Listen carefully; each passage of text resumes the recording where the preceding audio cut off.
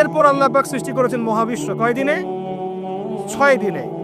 ওয়াল্লাযী খালাকাস সামাওয়াতি ওয়াল আরদা ফি সিত্তাতি আইয়াম, 6 দিনে আল্লাহ পাক মহাবিশ্ব সৃষ্টি করেছেন। সুম্মা ইসতাওয়া আলাল আরশ, এরপরে আরশে আজিমে সমাসীন হয়েছেন। এরপরে শোনেন, আল্লাহ পাক দীর্ঘদিন পর্যন্ত মানুষ সৃষ্টি করেননি। হাল আতা আলাল ইনসানি হিনুম মিনাদ দার লাম ইয়াকুন শাইআন মাযকুরা, এমন একটা সময় চলে গেছে যে মানুষ কোনো আলোচ্য বিষয় ছিল না। পরে আল্লাহ পাক সৃষ্টি করেছেন মানুষকে। ওয়া ইয ক্বালা রাব্বুকা লিল মালায়েকা ইন্নী জাইলুন ফিল আরদি খলিফা, খলিফা করে পাঠিয়েছেন।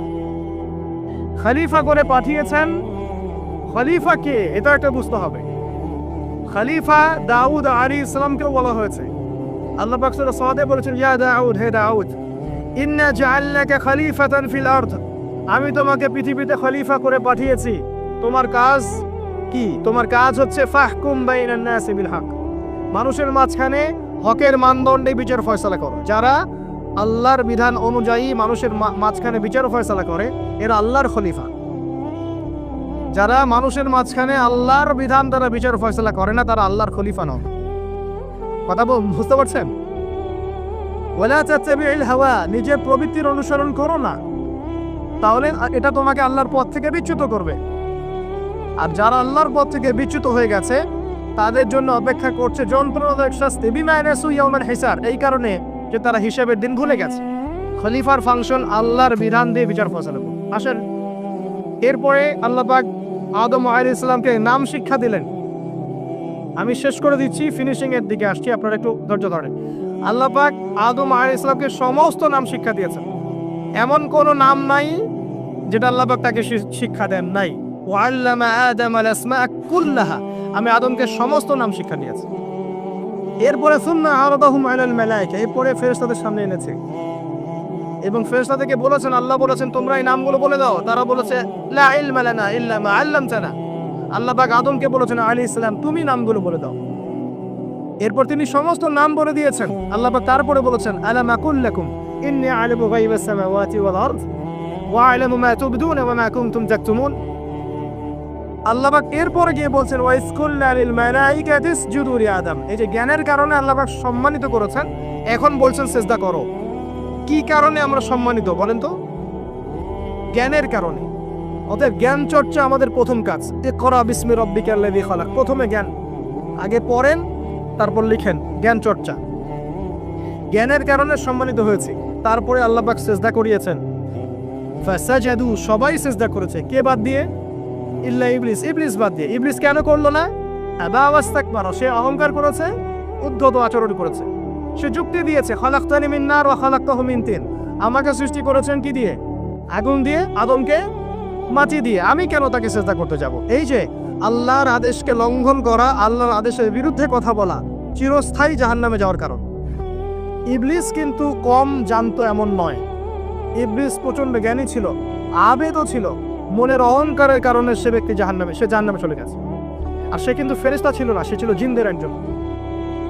কানা মিনাল জিন, সূরা কাফের মধ্যে আছে। এরপরে খেয়াল করে দেখেন, এই অহংকার যদি আজকে আমাদের মধ্যে চলে আসে, যত বড় ডিগ্রি সার্টিফিকেট থাক না কেন, আমার পরিণাম জাহান্নামী হবে না, আউযুবিল্লাহ।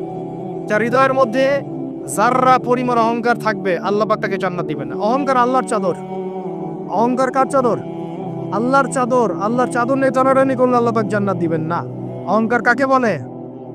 বাতারুল হক ওয়া গামতুন নাস, সত্যকে প্রত্যাখ্যান করা আর অন্য মানুষকে তুচ্ছ তাচ্ছিল্য করা, এটা হচ্ছে অহংকারের নিদর্শন।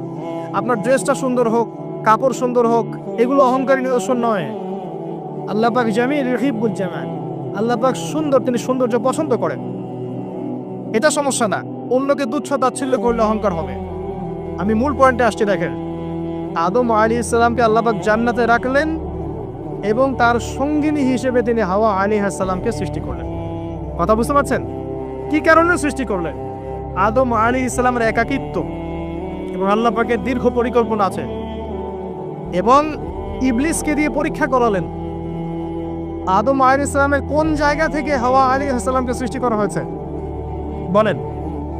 পাঁজরের হাড়, সোজা না বাঁকা? নবী সাল্লাল্লাহু আলাইহি ওয়াসাল্লাম বলেছেন বাঁকা হাড়কে জোর করে সোজা করতে যেও না, ভেঙে যাবে। আর ওই অবস্থায় ছেড়ে দিলে বাঁকাই থেকে যাবে। নসিহতের মধ্য দিয়ে, উত্তম আচরণের মধ্য দিয়ে পথ চলতে হবে। ওয়া আশিরুহুন্না বিল মারুফ, এছাড়া কোনো অপশন নাই। আমার কথা শোনেন, এই জায়গা থেকে মেয়েদের পয়েন্টে আসছি আমি। আল্লাহ পাক আদম থেকে হাওয়া সৃষ্টি করেছেন আলাইহিস সালাম। নারী পুরুষ একে অপরের প্রতিদ্বন্দ্বী নয়, যেমনটা পশ্চিমারা শিখিয়েছে। এখনকার আধুনিক আইন যা শিখাচ্ছে নারী পুরুষ একে অপরের প্রতিদ্বন্দ্বী।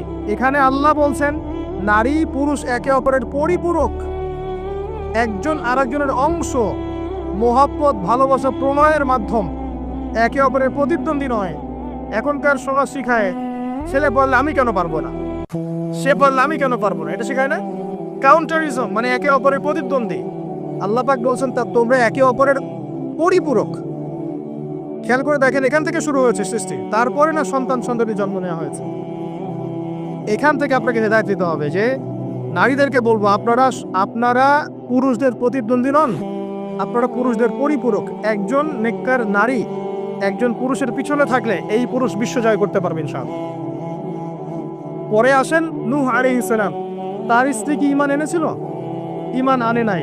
এখানে মনে রাখবেন, আপনি যদি ঈমান না আনেন, আকীদা ঠিক না করেন, আমল ঠিক না করেন, আপনার পরিচয়, বংশ, গোত্র, বর্ণ আপনাকে বাঁচাতে পারবে না। নূহ আলাইহিস সালামের স্ত্রী জাহান্নামে চলে গেছে, লূত আলাইহিস সালামের স্ত্রী জাহান্নামে চলে গেছে, যদিও তারা নবীদের আন্ডারে ছিলেন। আল্লাহর রাসূল সাল্লাল্লাহু আলাইহি ওয়াসাল্লাম তার মেয়ে ফাতিমা রাদিয়াল্লাহু আনহাকে বলেছেন, দুনিয়াতে যা চাওয়ার আমার কাছে চেয়ে নাও, পরকালে তোমার উপকার করতে পারছি না আমি। আর ফাতিমা রাদিয়াল্লাহু আনহা কেমন মানুষ ছিলেন আপনারা জানেন। তো আমি আমাদের মা বোনদেরকে অনুরোধ করবো, আল্লাহকে ভয় করেন, নিজের নফস ঠিক করেন, নিজের কবরের ফিকির করেন, আমল আকীদা ঠিক করেন। আপনি কত বড় আলেমের স্ত্রী, কত বড় শাইখের স্ত্রী, আপনি আপনার স্বামী কত বড় পলিটিক্যাল লিডার, কত বড় সোশ্যাল লিডার, এটার মানদণ্ড আল্লাহ দেখবেন না। আপনার ঈমান, আমল, তাকওয়া শুধু আল্লাহ পাক দেখবেন। আসেন কোরআনের পাতায় পাতায় যাই, চলেন আপনাকে নিয়ে যাচ্ছি। ইব্রাহিম আলাইহিস সালাম নাম শুনেছেন? তার স্ত্রী সারা আলাইহিস সালাম পৃথিবীর সুন্দরী নারীদের মধ্যে অন্যতম। দুজন সুন্দরী নারীর কথা এসেছে, একজন হাওয়া আলাইহিস সালাম, একজন সারা আলাইহিস সালাম। আমাদের এইসব সুন্দরী নারীদের চেয়ে হাজার গুণ সুন্দরী ছিল, অত্যন্ত সুন্দরী। খেয়াল করে দেখবেন, এই যে ইব্রাহিম আলাইহিস সালামের বংশধর যারা, তাদের চেহারা এবং মানে সুরত কিন্তু অত্যন্ত সুন্দর। আমাদের নবী মুহাম্মদ সাল্লাল্লাহু আলাইহি ওয়াসাল্লাম প্রচন্ড সুন্দর ছিলেন না? তার আদি পিতাকে ইসমাইল আলাইহিস সালাম না? ইসমাইল আলাইহিস সালাম ইব্রাহিম আলাইহিস সালামের সন্তান নয়? ওই দেখেন ব্লাড চলে আসছে। ইউসুফ আলাইহিস সালাম, তার বাবাকে ইয়াকুব আলাইহিস সালাম, তার বাবা ইসহাক আলাইহিস সালাম, তার বাবা ইব্রাহিম আলাইহিস সালাম। ওই যে একই লেগেসি দেখেন, তারা প্রচন্ড সুন্দর ছিলেন। এমনকি নবী সাল্লাল্লাহু আলাইহি সাল্লাম মেরাজের রাতে গিয়ে যখন ইব্রাহিম আলাইহিস সালামের সাথে সাক্ষাৎ করেছেন, তিনি পরে বলেছেন যে আমার শাকল, সুরত আর ইব্রাহিম আলাইহিস সালামের চেহারার মধ্যে অনেক মিল আছে, সাদৃশ্য আছে, একই রকম। আমরা কিন্তু দরুদের মধ্যেও মুহাম্মদ সাল্লাল্লাহু আলাইহি সাল্লামের নামের পাশে ইব্রাহিম আলাইহিস সালামের নাম বলছি। তাদের উভয়ের জীবনে প্রচন্ড মিল ছিল, একই রকম ছিল। পয়েন্টে আসেন, সারা আলাইহিস সালাম অত্যন্ত সুন্দরী ছিলেন। তিনি একাই তার স্বামীর সাথে বের হয়ে চলে গেলেন কোথায়? ওই যে যেটা এখন দখল করে রেখেছে এই জিউসরা, তার সাথে কেউ নাই। ইব্রাহিম আলাইহিস সালামের সাথে পরিবার নাই, সমাজ নাই, কেউ নাই। তার স্ত্রী আছে। একজন নেককার স্ত্রীর সাথে থাকলে স্বামী বিশ্ব জয় করতে পারবে। এই জায়গায় আমি ছেলে মেয়ে সবার জন্য হেদায়েতের কথা বলছি। মেয়েরা আমাকে অনেক অভিযোগ দিয়েছে, মেয়ে নিয়ে কোনো কথা বলি না ওয়াজের মধ্যে। আমি এখন কিছু কথা বলে শেষ করছি। সারা আলাইহিস সালাম যখন যাচ্ছেন, একজন লম্পট রাজা, মনে আছে, লম্পট একজন বাদশা তাকে ভোগ করতে চেয়েছিল, তুলে নিয়ে কিডন্যাপ করেছে। এই সময় ইব্রাহিম আলাইহিস সালাম মাজুর ব্যক্তি, নামাজে দাঁড়িয়ে গেছেন, আল্লাহর কাছে সাহায্য চাচ্ছেন। এটাই নবীদের সুন্নাহ। কোনো সমস্যায় পড়লে নামাজে দাঁড়িয়ে যেতেন। আর আমরা এখন সমস্যায় পড়লে হাওয়াও শুরু করি, তাই না? আর এদিকে সারা আলাইহিস সালাম আল্লাহর কাছে দোয়া করছেন, আল্লাহ তুমি যদি জেনে থাকো আমি আমার সতীত্ব আমার স্বামী ছাড়া অন্য কাউকে দেই নাই, তাহলে আজকে এই জালেমের হাত থেকে আমাকে রক্ষা করো। হাত বাড়াতে না বাড়াতেই তার হাত অবশ্যই পড়ে গেছে। তিনবার চেষ্টা করেছে, তিনবার বেহুশ হয়ে পড়ে গেছে। এই সারা আলাইহিস সালামের মতো সতীত্ব রক্ষাকারী জেনারেশন কি এখন আছে? এখন তো নিজে নিজে সতীত্ব বিলিয়ে দিতে পারলে বাঁচে। এমনকি কেউ যদি নাও নেয় সতীত্ব, দেখা যায় যে নগ্ন ছবি তুলে ইমো, ফেসবুক, হোয়াটসঅ্যাপে আপলোড দিয়ে শেষ করে ফেলছে। তাই করছে না? ভিডিও কলে প্রেম হচ্ছে, আপনার এই যে গার্লফ্রেন্ড বয়ফ্রেন্ডের সাথে কফি খাচ্ছে, বিছানায় যাচ্ছে, ডেটিং করছে। বিয়ের আগে সব শেষ, বিয়ের পরে যখন এরা কোনো ঘরে যাবে, ওই ঘরে কি সুখ আসবে, শান্তি আসবে? মা বোনদেরকে বলবো, আর আমাদেরকে খেয়াল রাখতে হবে আমরা যেন আমাদের ঘরে সারা আলাইহিস সালামের মতো মেয়ে স্ত্রী তৈরি করতে পারি। আল্লাহ পাক তৌফিক দান।